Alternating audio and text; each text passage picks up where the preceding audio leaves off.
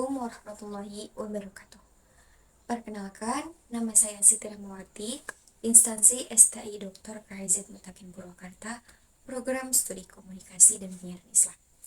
Di sini saya akan memenuhi tugas UTS mata kuliah Bahasa Indonesia, yang mana Bahasa Indonesia ini diampu oleh dosen Ibu Solihat Nur Fitriah SOSI MPD.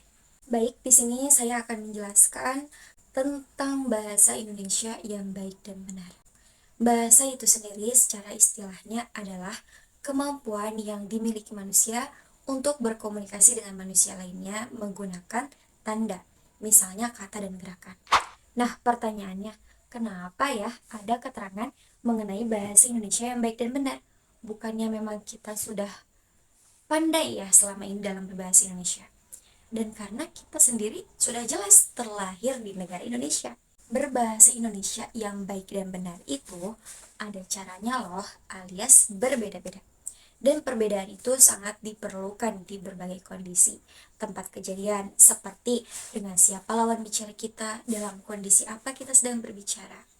Nah, pokoknya hal itu perlu kita pahami secara teliti.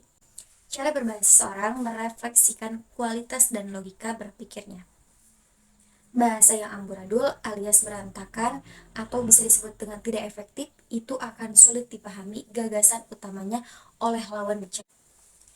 Karena berbahasa bukan hanya soal kata-kata, tetapi tentang pesan yang mudah dipahami, ibaratnya dalam pelafalannya. Karena setiap bahasa itu berbeda-beda.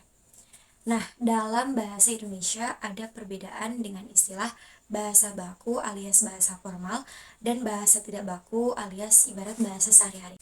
Contohnya penggunaan bahasa baku dalam acara formal perusahaan besar. Bu Yudi merupakan kepala perusahaan dan sudah mengabdi kurang lebih dari 1 dekade. Nah, itu akan lebih enak didengar. Lain halnya jika kita dalam acara formal tersebut menggunakan bahasa sehari-hari. Misalnya seperti kalimat yang tadi di-upgrade. Bu Yudi itu kepala perusahaan yang udah ngabdi lama banget sampai kurang lebih 1 dekade loh. Nah, misal gitu kan agak aneh gitu ya kalau misalkan kita menyampaikan kata tersebut dalam perusahaan-perusahaan besar yang mana sudah pasti tentunya perusahaan tersebut acara yang sangat formal diisi oleh kalangan-kalangan orang-orang penting yang internasional atau bisa sebaliknya. Begitu juga sebaliknya, misalnya kita menggunakan bahasa formal dalam sehari-hari. Contoh, aku baru saja sudah membeli baju baru untuk aku pergunakan kemudian di acara pesta. Akan sangat aneh bukan? Terdengar sangat lucu gitu.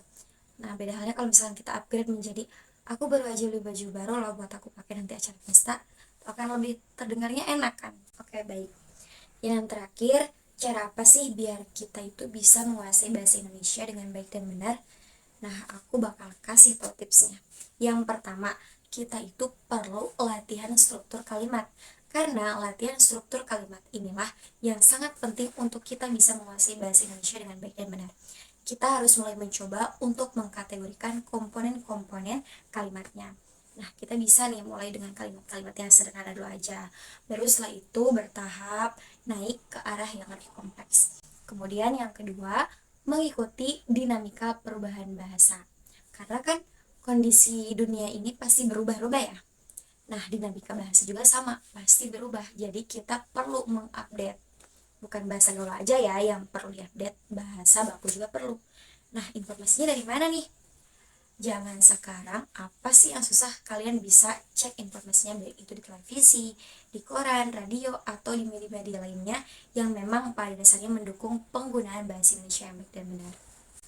Kemudian yang ketiga, tips yang gak kalah penting, kita itu harus rajin membaca.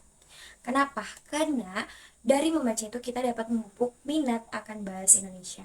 Kita mulai dari hal yang kita sukai aja dulu, kayak semisalnya membaca majalah, koran, atau artikel-artikel lainnya yang memang kalian sukai. Nah, yang terakhir, jangan takut salah.